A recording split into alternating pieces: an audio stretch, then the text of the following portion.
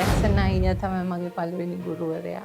අපි දෙන්නම සිනමාවට ආව එක චිත්‍රපටයකින්. ඔහුගේ අවසාන චිත්‍රපටයත් මාත් එක්කම සිද්ධ වෙයි කියලා මං කවදාවත් හිතුවේ නෑ. පවුලේ බර කරට ගන්න කවුරුවත් හිටියේ නෑ. රංගනය කියන්නේ අති භාරදූර කාර්යභාරයක්. මං හැමතිස්සෙම කියන්නේ මං පින්වන්තයි කියලා.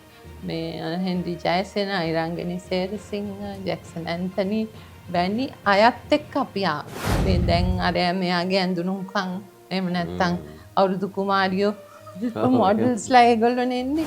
මගේ ජීවිතයේ සිද්ධ වෙච්ච එකම මිහිරි අත්දැකීම ඒක තමයි. මගේ ජීවිතේ විශේෂිතම පුද්ගලයා මට අහිමි වුණා. මං ඇතුළට ගියාම මට ලැබුණු ප්‍රතිචාරය එහෙම නෙමෙයි. තාම දරුණු ලෙස නවක වදයටපත් වුණා. මේක හැමෝම දන්නවා. ඒ ෆ්‍රස්ට්‍රේෂන් එක ඇතුලේ තමයි මේ මට වද දුන්නේ. ඔහු පශ්චාත්තාපයට පත් වෙලා ඔහු නර්වස් බ්‍රේක් ඩවුන් එකකට ආවා.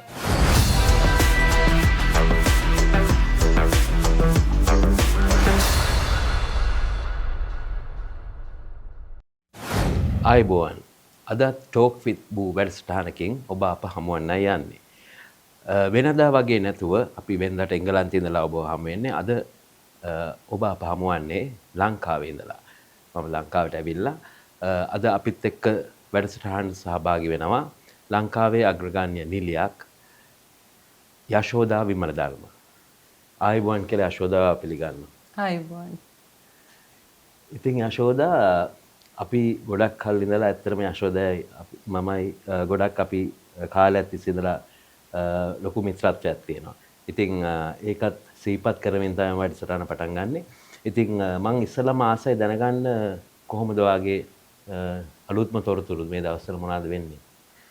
ඔව් මේ දවස්වල ඇත්තටම මම පහුගිය කාලේ කියන්නේ නොවැම්බර් දෙසැම්බර් කාලේ මේ ජාත්‍යන්තර චිත්‍රපටයක රංගනයෙන් දායක වුණා. ඒක අරාබි රටේ නිෂ්පාදනය කරපු චිත්‍රපටයක්. මේ දවස්වල ඒක එහෙ විකාශනය වෙනවා. එහෙ ටෙලිවිෂන් එකේ ටෙලිවිෂන් සීරීස් එකක්.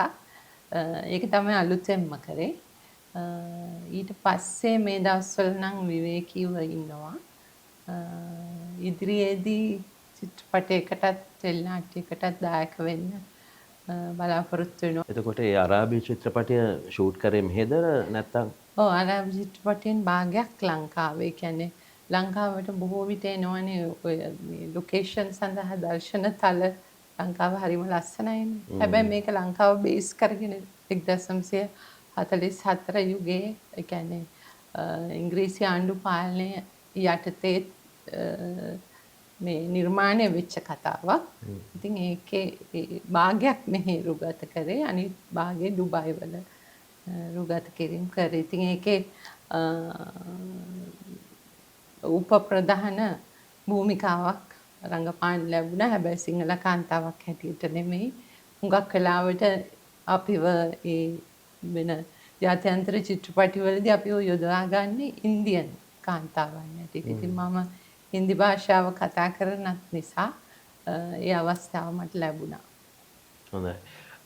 අපි දැන් මේ මෑතකදී ඔබගේ ලංකාවේ ගොඩක් ජනප්‍රිය චිත්‍රපටයක් තමයි සිංහබාහු. සිංහබාහු ගැන අපි පොඩ්ඩක් කතා කරමුද? ඔව්.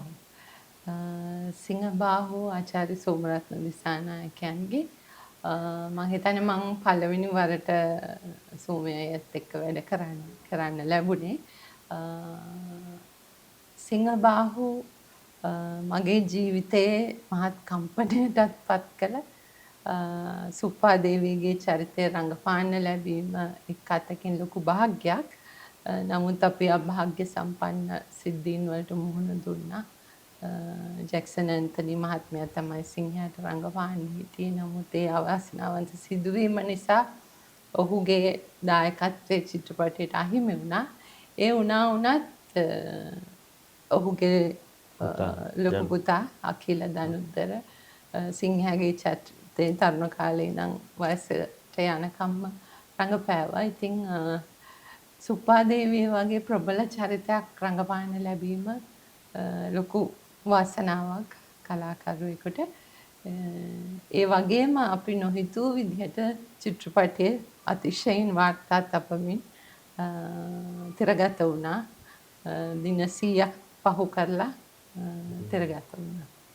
ඔබට ලොකු කම්පනයක් දැනෙන්නේ නැති නේද මේ ජැක්සන් ඇන්තනී මහත්මයා නැති ඒ කියන්නේ මුල සීන්ස් කීපයක් රඟපෑවනේ ගිහිල්ලා නේද කලින් හැබැයි ඔව් ඉතින් ඒවා අපිට රීෂූට් කරන්න වුණා. ඒක ඔයාට දැන් දනුත්තලත් එක්ක කරද්දී ඒක කොහොමද ඔයා ඇඩ්ජස්ට් වුනේ ඒකට සිටුේෂන් මෙහෙමයි ඉතින් මට අත්දැකීම් බහුලයි මේ මගේ 39 වෙනි අවුරුද්ද කලා ජීවිතේ.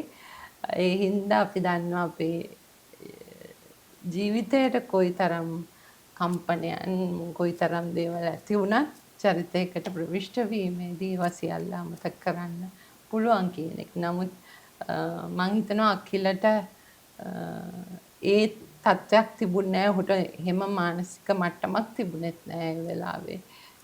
චරිතයකට දායක වෙන්න. නමුත් අපි හැමෝගෙම උදව්ව මත සෝමය අයියා මම විශේෂයෙන් මේ ඔහු ඒ තැනට ගෙනාවා. ඉතින් එකම දේ තමයි මං ජීවිතේ කවදාවත් හිතුවේ නැහැ ජැක්සන් අයියා තමයි මගේ පළවෙනි ගුරුවරයා. මං හිරුදහස වේදිකා නාට්‍ය කරනකොට මගේ කටහඬ පුහුණු කරන්න ඔහු තමයි ආවේ. එදා ඉඳලා අද වෙනකන් අපේ තිබිච්ච සහෝදරත්වය ඒත් එක්ක වැඩ කිරීමෙන් මං ඉගෙන ගත්ත දේ බොහෝයි. ඉතින් අපි දෙන්නම සිනමාවට ආව එක චිත්‍රපටයකින් විජය ධර්මාශ්‍රීගේ ගුරු ගෙදර. නමුත් ඔහුගේ අවසාන චිත්‍රපටයත් මාත් එක්කම සිද්ධ වෙයි කියලා මං කවදාවත් හිතුවේ නැහැ. ඉතින් ඔහු නැති කම්පනය මට විතරක් නෙමෙයි මේ මුළු මහා සිනමා ක්ෂේත්‍රයට විතරක් නෙමෙයි අධ්‍යාපන ක්ෂේත්‍රයට හැම දෙයකම විශාල පාඩුවක්.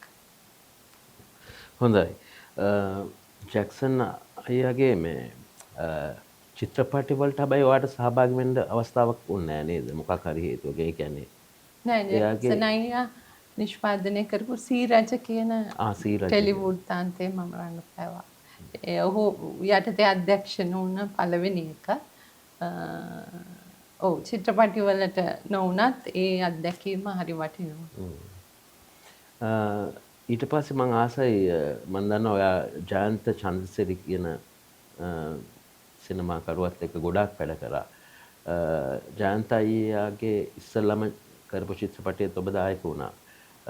ඒක ගැන පොඩ්ඩක් අපි කතා කරමුද? කොහොමද ඒක උනේ? කොහොමද ජයන්ත අයියාව අප්‍රෝච් උනේ සිනමාවට එන්න? ඔය සියල්ලටම මුල ජැක්සන් අයියා. ජැක්සන් අයියාත් එක්ක සම්බන්ධය තමයි මම ආරම්භයේ සිටම තිබුණේ. ඊට පස්සේ ඔහුත් එක්ක කඩුල්ල රඟපෑවා. විවිධ ටෙලි නාට්‍යවල රඟපෑවා. ඔහු තමයි අග්නිදාහයට මාව හඳුන්වලා දුන්නේ. මාව එක්කගෙන ගියේ. ඒ ජැක්සන් අයියා හරහා තමයි ගොඩක් චිත්‍රපටි මට ලැබුණේ. ඉතින් ඊට පස්සේ ජයන්ත අයියාගේ චිත්‍රපටි 3කට මම දායක වුණා. අග්නිදාහය, ගරෙල්ලා මාකටිං, සමනල සඳර. ඊට පස්සේ දුටුග මහරජ ගමනුවේ කෙත්වා කරක්ටර්. ඔය ඒක නම් පොඩි කරක්ටර්. කුඩා චරිතයක් රඟපෑවා. හොඳයි. නිලියක් විදියට ගත්තාම මං හිතන්නේ ඔයා තරම් ඔයාගේ දෙමාපියෝ ගැන කවුරුත් මං අහලා නැහැ කතා කරනවා. අපි ඔයාගේ ආදරණීය දෙමාපියෝ ගැන පොඩ්ඩක් කතා කරමුද? ඔව්. ඔබගේ විශේෂයෙන්ම ඔබගේ පියා රවිලාල් විමලධර්ම මහත්මයා විශ්වවිද්‍යාල කතිකාචාර්යවරයෙක් හිටපු අතිදක්ෂ ලැන්ග්වේජස් සම්බන්ධයෙන් නේද? ගොඩක් භාෂා ඥානයක් තිබෙනවා. මට වඩා මගේ පියාණන් හුඟක් ජනප්‍රිය කෙනෙක්. ඔහුගේ ජනප්‍රියත්වයේ තලයට මම ඇවිල්ලා නැහැ. ඇත්තටම ඔහු ඒ කාලේ 1970 ලංකාවේ ගුවන් විදුලියෙන් ඉන්දියාවට ප්‍රචාරය වන මේ බීම් එකක්, ඒ කියන්නේ කාල වේලාවක් තිබුණා ඒක ඇතුලේ. දැන් අපි වෙළඳ සේවයේ වගේ මේ ප්‍රවෘත්ති එක එක විදිහේ ගීතමය වැඩසටහන් මේ ඒ කාලේ ඉතින් රූපේ පේන්නේ නැහනේ, හඬනේ. Radio Ceylon. ඔව් රේඩියෝ සිලෝන් කාලේ. ඒක ආරම්භ කරේ මගේ තාත්තා ගුවන් විදුලියේ. ඉතින් ඒ කාලේ තාත්තා ඉන්දියාවට යනකොට කතා කරාම කටහඬින් ඔහු අඳුරනවා. ඉතින් ඒ තරම් ජනප්‍රියත්වයක් ඔහුට තිබුණා. ඒ වගේම විවිධ දේවල් කරපු කෙනෙක්. ඔහු හොඳ මාධ්‍යවේදියෙක්. ඔහුගේ මේ ප්‍රධාන රස්සාවනේ උගන්වන එක හින්දි කතිකාචාර්යවරයෙක් විදිහට කැලණි විශ්වවිද්‍යාලයේ. නමුත් ඔහු අධ්‍යාපනය ලැබුවේ ಭಾರತයේ ලක්නෝ විශ්වවිද්‍යාලයෙන් තමයි. ඔහු මේ හින්දි භාෂාව පිළිබඳ විශේෂවේදී උපාධි ගත්තේ. ඉතින් ලංකාව පුරාම මම හිතන්නේ හින්දි සාහිත්‍ය ප්‍රචලිත කරන්නට පුරෝගාමී වෙච්ච කෙනෙක්. හොඳ ගුරුවරයෙක්. හැමෝම ඉතින් තාත්තා ගැන කතා නොකළට දන්නවා. අම්මත් ඒ වගේම තමයි. අම්මා මල්ලිකා විමල ධර්ම. ඇය නැටුම් ගුරුවරියක්. උඩරට නැටුම්. ඇය තමයි. ඇය ගැන මම හුඟක් කතා කරලා නැහැ මාධ්‍යයේ. නමුත් ඇය තමයි ලංකාවේ සෞන්දර්ය විශ්වවිද්‍යාලය ආරම්භ කළේ. ඒ කාලයකට හේවුඩ් කියලා කියන්නේ. පනි ಭಾರತ නම් නර්තනාචාර්යවරයාගේ ගෝලයක අම්මා. ඉතින් ඒ ආරම්භ කරපු පළවෙනි කණ්ඩායම තමයි අම්මා. එතකොට විමලා අමරදේව, සීතා ගමගේ, මාලතී සෝමබන්දු ඔය කියන අය තමයි ආරම්භ කළේ. ඉතින් අම්මා ඊට පස්සේ පාස් අවුට් වුණාට පස්සේ ඇය නැටුම් ගුරුවරියක් හැටියට සේවය කළා.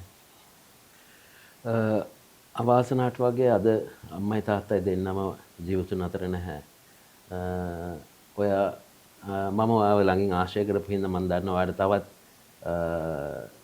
ඔයාගේ ජීවිතේ හිටපු අනිත් එක්කෙනා තමයි පුංචි අම්මා.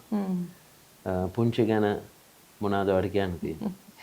පුංචි කියන්නේ මගේ අම්මගේ සහෝදරිය, එකම සහෝදරිය. ඇය අවිවාහක නිසා ඇය අපිත් එක්කම මම උපදිනකොටත් පුංචි අපේ ගෙදර හිටියා. අම්මත් තාත්තත් හුඟක් කාර්යබහුල හින්දා බොහෝ විට මගේ කාර්යභාරයන් පුංචි කාලේ ඉඳලා සිද්ධ වුණේ පුංචි අතින්. ඉතින් ඇය මගේ දෙවෙනි මව ඇත්තටම. මගේ ජීවිතේ මට සහෝදරියක්, හොඳ යාළුවෙක්, හැමදේම බෙදාගන්න කෙනෙක් හැටියට පුංචි තමයි හිටියේ. ඉතින් ඒ මතකය හරිම සුන්දරයි සහ ඇය හදිස්සියේ වියෝවුනේ. ඒ වියෝව අදටත් කම්පනයක් ලෙස දැනෙනවා. ඉතින් ඇයගෙන් මම හිතන්නේ මං කලාකාරියක් වෙන මේ තරම් උඩට එන්නත් ඇයගෙන් දෙමව්පියන්ගේ වගේම ඇයගෙන් ඇය තමයි ලොකු උනන්දුවක් දැක්කුවේ මාත් එක්ක. මාව එක්ක ගිහිල්ලා ඔය හැම දෙයකටම එයා තමයි මූලික වුනේ. ඉතින් ඒ දුන්න ශක්තිය මම ඉතින් ඇයට පින් දෙමින් සිහිපත් කරනවා හැමදාම. දැන් ඒ තුන්දෙනාම නෑ ඔයත් එක්ක. ඔයා අද තනි වෙලා ඔයාට කාන්සියක් පාළුවක් දැනෙන්නේ නැද්ද? තනි වෙලා කියලා මම විශ්වාස කරන්නේ නැහැ. මං හිතනවා මං හරි පින්වන්තියක් කියලා. ඒකට හේතුව බොහෝ දරුවන්ට තමන්ගේ දෙමව්පියන් වියෝවන තුරු රැක බලා ගන්න හම්බෙන්නේ නැහැ. තමන්ගේ අත් දෙකින් දෙමව්පියන්ගේ කටයුතු කරන්නට මේ සියල්ල ලැබෙන්නේ නැහැ. ඒක ඊටාම කලාතුරකින් ලැබෙන දුර්ලභ අවස්ථාවක්. ඉතින් ඒ සතුට ඇත්තටම හුඟක් අය හිතනවා දුකක් වෙන්නේ නැති කියලා. නමුත් ඒ සියල්ල අම්මා අපෙන් වියුනේ මිට අවුරුදු 2කට ඉස්සෙල්ලා. තාත්තා නම් මිට අවුරුදු 25කට කලින් වියෝ වුණා. නමුත් තාත්තගේ වියෝවෙන් පස්සේ අම්මත් එක්ක අවුරුදු 22ක් මම ගත කරා. ඉතින් සියල්ල ඇය කෙරෙහි තාත්තා ඉන්න කාලෙත් එහෙමයි. ඒක මට ඇත්තටම සතුටක් ඒගොල්ලෝ සිහිපත් කරනකොට. මොකද අම්මා ඊටාම උපරිම ආයුෂ විඳලා නැති උනේ අවුරුදු 86ක්. මම ඔයාව ආශ්‍රය කරන හින්දා කාලයක් තිස්සේ ඉඳලා මම දන්නවා ඔයා දියණියක් විදියට අම්මාව බලාගත්ත හිදී අම්මා එක කාලෙක ඇත්තටම පිළිකාවක් හැදිලා ගොඩාක් අමාරු වෙලා කොහොම හරි ඔයා කියන්නේ ඔයාගේ වෙලාවයි ඔච්චර ෆිල්ම්ස් අස්සේ ඔක්කොම කරලා අම්මාව සුව කරගත්තා. යම් තත්වයකට ගත්තා. ඊට පස්සේ ගොඩක් කල් ඉඳලා තමයි අම්මා නැති වෙන්නේ. ඉතින් මම හිතනවා ඒක දියණියක් විදිහට ඔයා කියපු කතාව හරි. මොකද ඔයාට ඔපචුනිටි එක හැමෝටම හම්බෙන එකක් නෙමෙයි. ඒක හුඟක් අය විශේෂයෙන් පිට රටින් අය එහෙම නැත්නම් විවාහ වෙලා වෙන පෞල් ජීවිතයක් ගත කරනකොට සමහරලාට අර 100% දෙන්න බැරි වෙනවනේ. ඒ වගේ තත්ත්වයන් හුඟක් ඉතින් අයට ඇති වෙනවදු. ඔව් හැබැයි එහෙම තිබුණත් සමහර අය දෙමාපියන් සලකන්නේ නැහැනේ දැන් නැති කාලේ. අයත් ඉන්නවා ඔව් සෑහෙන. ගොඩක් අය ඉන්නවනේ අනාථ මඩම් වල ඔව්. එහෙම දාලා. හැබැයි ඉතින් ඔයා කවදාවත් ඒ වගේ දෙයක් කරන්නේ නැතුව හොඳටම අන්තිම වෙනකන් ඔව්. බලාගත්තා කියලා ඉතින් මමත් ඒකට සාක්ෂි දන්නවා. ඔව් ඔයයි ඖෂධි දෙන්නම ඒක හොඳටම දන්නවා. එතකොට ඔයාගේ මට දැනගන්න ආසයි ඊගාවට ඔයාගේ පවුල් ඔයාට තවත් ළඟ එක පුද්ගලෙක් ඉන්නවා තාම ජීවතුන් අතර. හැරිස් මාමා. නේ. ඔයාට ගොඩක් ළඟයි මං හිතනවා හැරිස් මාමා මම ගැන හැරිස් මාමව සලකන්නේ මගේ අර පුංචි හිටියා වගේ දෙවන අම්මා වගේ මගේ තාත්තා හැටියට. ඇත්තටම හැරිස් මාමව දැන් මම අවුරුදු ගානක් දන්නවා. දැන් හැරිස් මාමා ඇත්තටම මාමා මගේ දුරින් තාත්තගේ පැත්තෙන් නෑදෑයෝ වෙනවා. නමුත් තාත්තා මිය යාමත් එක්ක හැරිස් මාමා මට හුඟක් ලං වුණා. හරියට තාත්තා යාට බැටන් එක දීලා ගියා වගේ.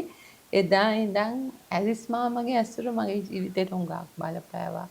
මාව තාත්තගෙන් පස්සේ මට මග පෙන්නපු හැටි මොකද මං ඉගෙන ගන්න කාලේ තාත්තා නැති වුණේ. එතකොට එතනින් එහාට සමාජයට යද්දී ගෙවන්න ඕන විදිය අපි සමාජයේ හැසිරෙන්න ඕන විදිය ඒ මාර්ගෝපදේශකත්වය හරියට ලැබුණා. එයාගේ ඒ වගේම අපි අධ්‍යාත්මය දියුණු කරගන්න කොහොමද අභියෝගවලදී නොසැලී සිටින්නේ කොහොමද කියන බොහෝ දේවල් හැරිස් මාමාගෙන් මට ලැබුණා. ඉතින් ඒ ඇසුර මට තාමත් තියෙනවා. ඒකයි මං කියන්නේ කවුරු හිතුවත් මට කාන්සි ඇති තනි ඇති කියලා නෑ. මං හරි පින්වන්තයි කියලා මං අත්දැකීමෙන් දන්නවා. ඉතින් හැරිස් මාමා හැම මොහොතකම මං ගැන හොයලා බලනවා. ඒ හැමදේම ඉතින් ඔහුට දීර්ඝායුෂ ප්‍රාර්ථනා කරනවා මේ වෙලාවේ. ඔහු ඇත්තටම පියෙක්. ඔව් එයාටත් මං හිතන්නේ එයාත් ගොඩක් තැන්වල කියලා තියෙනවා එයාට ෆීල් වෙන දියණියක් කියලා එයාගෙන්. හොඳයි දැන් අපි මෙහෙම හිතුවොත් දැන් ඔච්චර රූමත් යශෝදා. ඒ තාම මුකුත් ඒකට එක හේතුවක් තියෙනවා මං අපි දෙන්න මං හිතන්නේ අපි UK ආපු වෙලාවකද කොහෙද අපි ඕක ගැන කතා කරද්දී මං ඇහුවා යශෝදා මං කවුරුහරි හොයන්නද ඔයාලට බඳින්න කියලා. එතකොට ඔයාගේ පිළිතුරුනේ මොකක්ද දන්නවද? ඔයාගා භූමින්ද අපි දෙන්නගේ ෆ්‍රෙන්ඩ්ෂිප් එක තියාගන්න නම් ඒක විතරක් මට කරන්න එපා කියලා. ඇයි එච්චර පිරිමි අරහන් වෙලා තියෙනවා? පිරිමි අරහන් නැහැ.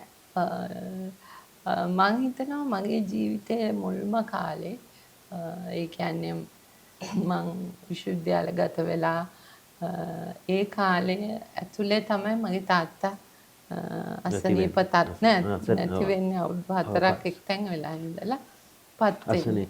ඔව්. එතකොට ඒ කාලේ තමයි අම්මත් අසනීප වන්නේ. ඉතින් මේ පවුලේ බර කරට ගන්න කවුරුවත් හිටියේ නැහැ. මාමත් තමයි පැටවුනේ. මං ඉගෙන ගන්න ගමන් වෘත්තීය වශයෙන් රංගනයේ යෙදුන හින්දා මං ඒක දෙමව්පියන්ට ලොකු රුකුලක් වුණා. ඒගොල්ලන්ගේ අසනීප තත්ත්වවලදී බලා ගන්න. ඉතින් මගේ කාලය ඇත්තටම බෙදුණා. ඒගොල්ලන් වෙනුවෙන් කාලය ගත කිරීම, මගේ ඉගෙන ගැනීම සහ රංගනයේ යෙදීම. ඉතින් ඕක සෑහෙන කාලයක් සිද්ධ වුණා. ඉතින් එහෙම මට එතකොට මිනිස්සු මාව දකින්නේ මාව දැන් මන් දන්නවා ඕගොල්ලෝ ඔයයි ඖෂධි මාට ඖෂධිව මුණ ගැහෙන්නේ බොහෝ කාලයකට කලින්. නමුත් ඔයගොල්ලෝ විදේශගත වීම නිසා ටික කාලයකට ඒක ෆ්‍රෙන්ඩ්ෂිප් එක නැතුව යනවා. නමුත් ඕගොල්ලෝ මාව රංගන ශිල්පිනියකට වඩා ළඟින් ඇසුරු කරනවා. මම අතුලාන්තයෙන් මම කවුද කියන එක දන්නවා. ඒක වටින් බලන මිනිස්සුන්ට හරි අමාරුයි තේරුම් ගන්න. මොකද අපිව හැමතිස්සෙම දකින්න කැමති මේ ඒගොල්ලෝ දැකපු නිර්මාණ තුළ තියෙන ඉමේජ් එක. ඒ ඉමේජ් එකක් හදාගන්න ඕනේ මිනිස්සු. මෙහෙමයි කියලා. ඉතින් ඇත්ත මාව හඳුනගන්න හරි අමාරුයි. ඉතින් එහෙම මට කැමති පුද්ගලයෙක් මට මුණ ගැහුන්නේ නැහැ කවදාවත්. මට හිතුන්නේ මොකද මං හරියටම මේ කරියර් කොන්ෂස් කෙනෙක්. මට ඕන උනේ මගේ කරියර් එක ඇතුලේ කලා ක්ෂේත්‍රය ඇතුලේ ඉහළටම යන්න.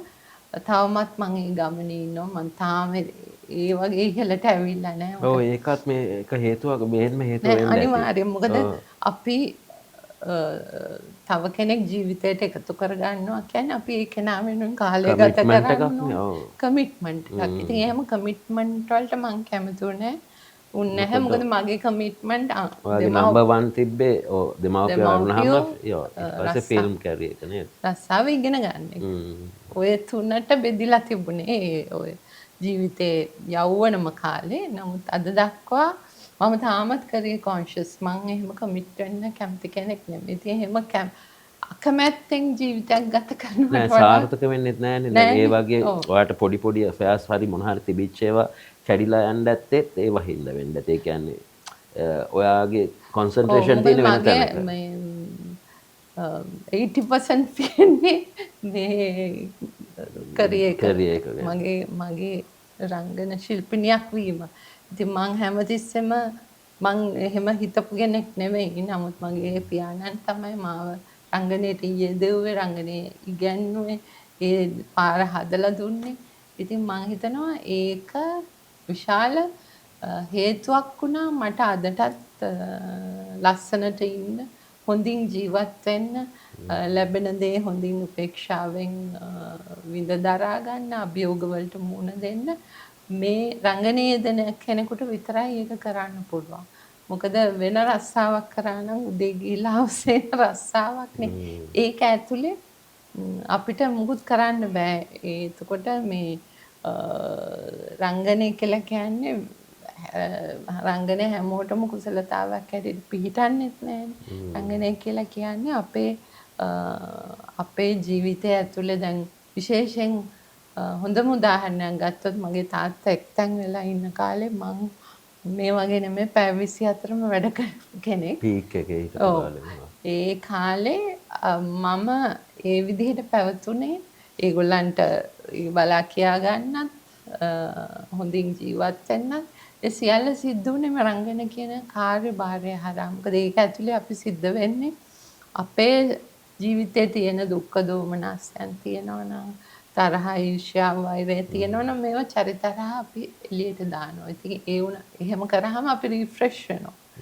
ඉතින් රංගනය කියන්නේ අති භාරදූර කාර්යභාරයක්. මම හිතනවා ලෝකයේ තියෙන විශිෂ්ටතම රැකියාව රංගන ශිල්පිනියෙක් වීම. මොකද ස්පෝර්ට්ස්මන් කෙනෙකුටත් ගුරුවරයෙකුටත් ඕනම කෙනෙකුට එක්තරා මොහොතක විශ්‍රාම යන්න වෙනවා.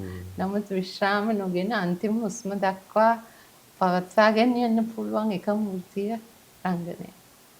මම ඒ කියන්නේ ඔයා ගැන විශේෂයක් තව දකින්නේ.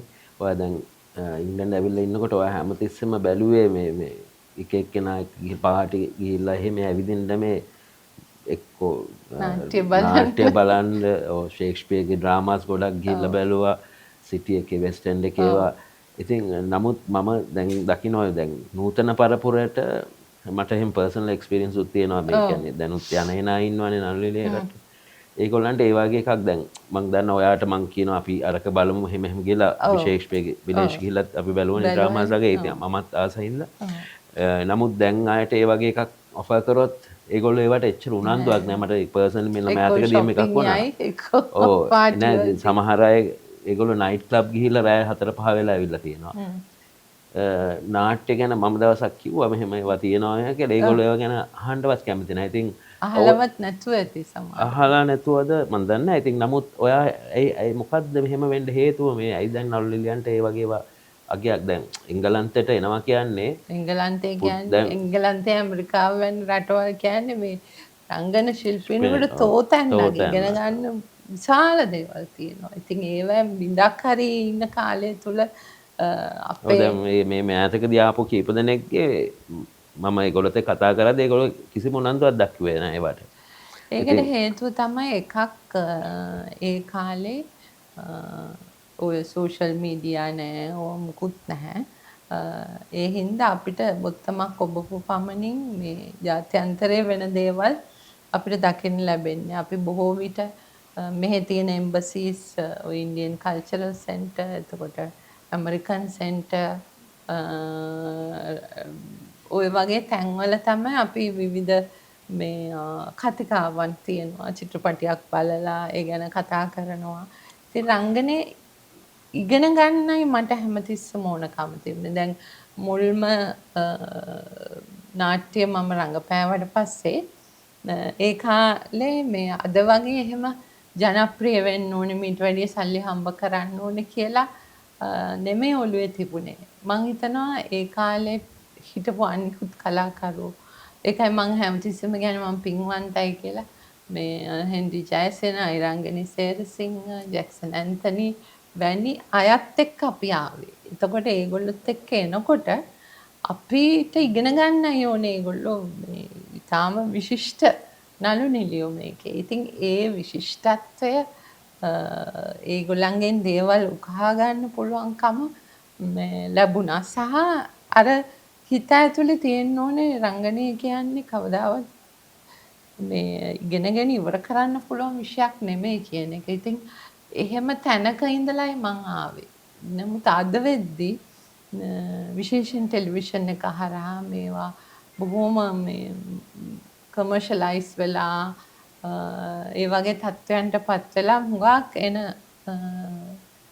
අය ඉක්මනින් ජනප්‍රිය වෙන්න ඉක්මනින් මේ දේවල් ලබා ගන්න මේ මටීරියල් දේවල් ලබා ගන්න තමයි උමනාව තියෙන්නේ. එහෙම නැතුව මේ විෂය ඇතුලේ අධ්‍යයනයක් කරන්න ඒකට ලොකු උමනාවක් නැහැ. ඒකට මේ රටත් වග කියන්න ඕනේ. මොකද මේ රටේ අදටත් රංගන පාසලක් නැහැ.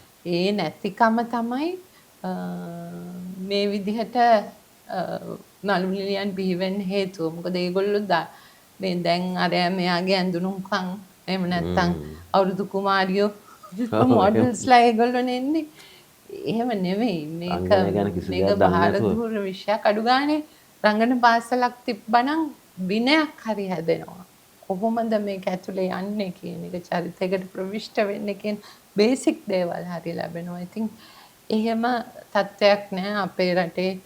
කීප දෙනෙක් විතර විශේෂයෙන් මහේන්ද්‍ර පෙරේරා සහ අනුජා වීරසිංහ දෙදෙනා විතරක් තමන්ගේ මට්ටමින් මේ පාසලක් කරගෙන යනවා. ඉතින් එහෙම නෙමෙයි රාජ්‍ය මට්ටමින් මේකේ දෙයක් තියෙන්න ඕනේ. රාජ්‍ය අනුග්‍රහය ඕනේ. එහෙම පාසලක් වෙනත් රටක් යුරෝපෙටම යන්න ඕනේ. ඉන්දියාවත් එක්ක එකතු වෙලා ඉන්දියාවේ හැම ප්‍රාන්තයකම රංගන පාසල් තියෙනවා. ඉතින් ඒ වගේ රටක් එක්ක එකතු වෙලා මේ දේවල් ගොඩනගෙන්න ඕනේ. මම හිතනවා ඒ දේවලුත් බලපානවා සහ මේ සෝෂල් මීඩියා පාවිච්චි කරන්නේ දැන් ඉන්න ළමයි දේවල් ඉගෙන ගන්න නෙමෙයි. දැන් සෝෂල් මීඩියා හරහා අපිට කොච්චර පොත් කියවන්න පුළුවන්. ඒව නෙමෙයි යොදා ගන්න සෝෂල් මීඩියා වල විතරක් ඉන්න නළුනිලියෝ කියා ගන්න අයත් පිරිසකුත් ඉන්නවා. ඉතින් මම හිතන්නේ ඒ අවයර්නස් ඒවට තියෙන්න ඕනේ නීති රීති මෙහෙ තාමත් ස්ථාපිත වෙලා නැහැ.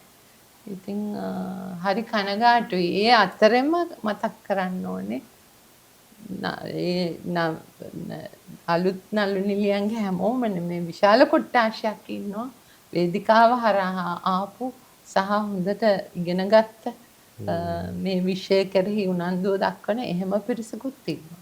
ඒකම දේ නව සිනමාකරුවන් පිරිසක් ඉන්නවා. එකම දේ මේ කර්මාන්තේ මේ චිත්‍රපටි ප්‍රදර්ශනය කිරීම වල තියෙන ගැටලු නිසා ඒගොල්ලන්ට ඉස්සරහට එන්න බැරි වෙලා තියෙනවා. ওই වගේ කාරණා ගොඩාක් තියෙනවා. ඒක වෙනම විෂයක් කතා කරන්න ඕන.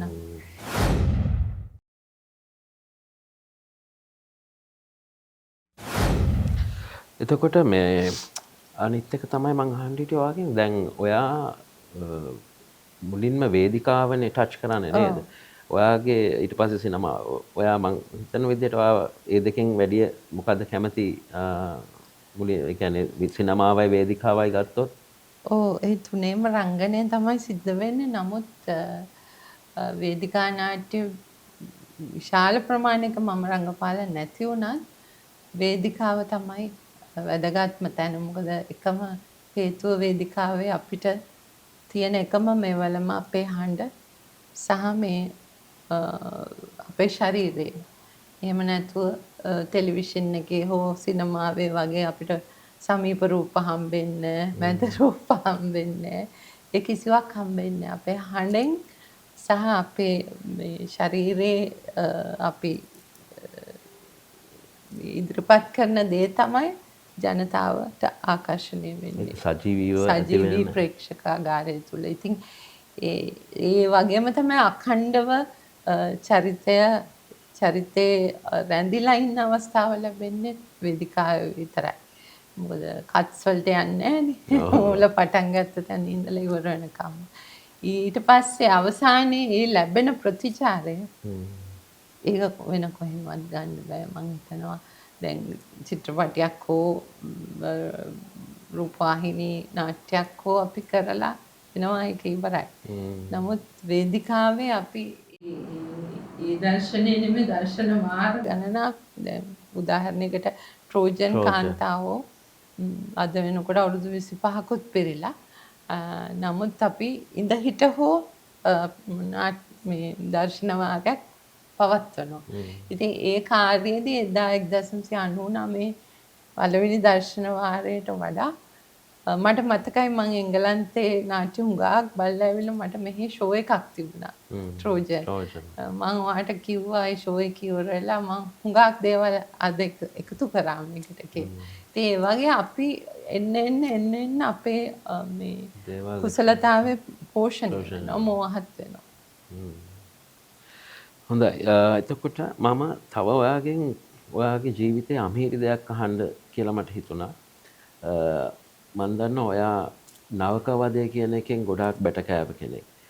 මට කීප දෙනෙක් කිව්වා ඔයාගේ ඉන්ටර්විව් එකක් කරනකොට ඒක ගැන අහන්න. මොකද ඔක තාමත් විශ්වවිද්‍යාල වෙනවා.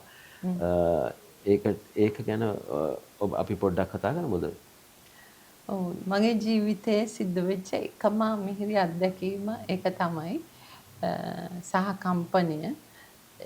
ඒක හරහා බොහෝ දේවල් මට අහිමි වුණා. මගේ ජීවිතේ විශේෂිතම පුද්ගලයා මට අහිමි වුණා. මගේ තාත්තා.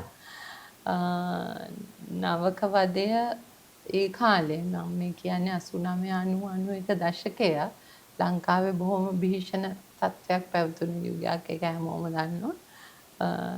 ඒ කාලේ විභාගය කරපු ළමයින්ට 89 විභාගය කරපු අයට අවුරුදු 3ක් 89 91 කියන අවුරුදු වල විභාගය කරපු අයට අවුරුදු 3ක් 4ක් රැඳී ඉන්න උනා විශ්වවිද්‍යාලයට ඇතුල් වෙන්න. මොකද විශ්වවිද්‍යාලවල හුඟක් කලකට වහලා තිබුණේ මේ භීෂණ තත්ත්වය උඩ. ඉතින් මගේ තාත්තගේ ආසාව වුණේ මං කොහොමත් ඒ කාලේ වෙනකොට ඉතාම ජනප්‍රිය පුද්ගලෙක් ටෙලි නාට්‍යවල චිත්‍රපටිවල රංගපාමින් හිටියේ. නමුත් මගේ තාත්තට ආසාව වුණේ මොකද මං ඕගෙන් ඉල්ලීමක් කරා මං මේ වෘත්තියේ යෙදලා ඉන්න හින්දා මං බාහිර උපාධියක් ගන්නම් කියලා. නමුත් ඔහු සතුටු වුණා. ඇතුළට ගියාම අභ්‍යන්තර සිසුවෙක් විදිහට වැඩ කරනකොට මේ තියෙන මේ දේවල් පුළුල් කරගන්න අවකාශ ලැබෙනවා. උදාහරණ වශයෙන් එක්ස්පෝෂර් එකක් එනවනේ ඒක ඇතුලේ ඒක ඇතුලේ නාට්‍ය කරන්න පුළුවන්. ඔහු මේ නම් වශයෙන් උදාහරණයක් ගෙනාව ජයලත් මනෝරත්න, ජැක්සන් ඇන්තනි වගේ අය මේක ඇතුලේ තමයි ගොඩාක් දේවල් කරේ. එතනින් තමයි එළියට ආවේ. ඉතින් ඔහුගේ සිහිනේ උනේ ඒක එහෙම වෙයි කියලා. නමුත් ඔහුත් ඒ කාලේ විශ්වවිද්‍යාලේ උගන්වමින් හිටියේ. නමුත් මං ඇතුළට ගියාම මට ලැබුණු ප්‍රතිචාරය එහෙම නෙමෙයි. තාම දරුණු ලෙස නවක වදයටපත් වුණා. මේක හැමෝම දන්නවා. ඒකට හේතු උනේ ඔබ හිතන්නේ ඔබ නිදියක් වෙලා හිටපු එකද? ඔව්, ජනප්‍රිය පුද්ගලෙක් වීම. නමුත් මම රංගපෑවේ තාම ඉහළ ගණයේ නාට්‍යවල. නිකන් හිතන්න මම මල්ගස් වටේ දුවන චරිත කරා නම් කොහොම වෙයිද? නමුත් මං එළියේ යුනිවර්සිටි එකට ඇතුල් වෙන්න ඉස්සෙල්ලා මට හුඟක් ඒ කාලේ ලියුම් ආවෙත් උසස් අධ්‍යාපනය හදාරන විශ්වවිද්‍යාලවල ශිෂ්‍ය ශිෂ්‍යාවගෙන්. ඒගොල්ලෝ හරියට අගය කරා මගේ දේවල්. නමුත් යුනිවර්සිටි එක ඇතුළට ගියාම ඒක නෙමෙයි සිද්ධ වුණේ. ඒකට හේතුව මං හිතන්නේ ඒ කාලේ ඔය භීෂණ තත්ත්වය ඒ වගේම යුද්ධයක් පැවතුණා. ඒකත් එක්ක ඔය විශේෂයෙන් මානව ශාස්ත්‍ර පීඨයේ තමයි ඔකට මුල් වුණේ.